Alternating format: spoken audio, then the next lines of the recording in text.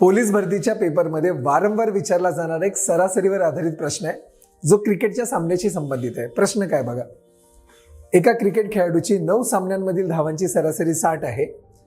जर तो 10वा सामना खेळला तर त्याच्या धावांची सरासरी 4 ने वाढतीये, तर त्याने शेवटच्या सामन्यात किती धावा केल्या. आता प्रश्न कसा सोडवायचा बघा. आधी तो 9 सामने खेळला होता आणि त्याच्या धावांची सरासरी 60 होती, बरोबर.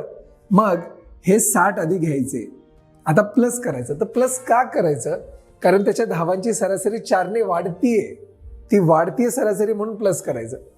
आता 10व्या सामन्यात त्याने काही धावा केल्यामुळे, काही रन्स केल्यामुळे धावांची सरासरी 4 ने वाढली, तर काय करायचं, हे जे 10 सामने आहेत ते 10 इथं घ्यायचं, गुणिले सरासरी 4 ने वाढतीये ना, तर गुणिले 4 करून टाकायचं. That's it. हा शॉर्टकट आहे, लक्षात ठेवा.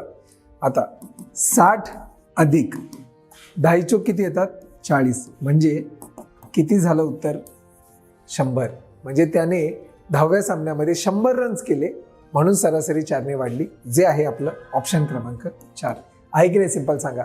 अशाच चांगल्या ट्रिकसाठी आजच आपल्या चॅनलला सबस्क्राईब करा आणि व्हिडिओ आवडले असल्यास नक्की लाईक करा.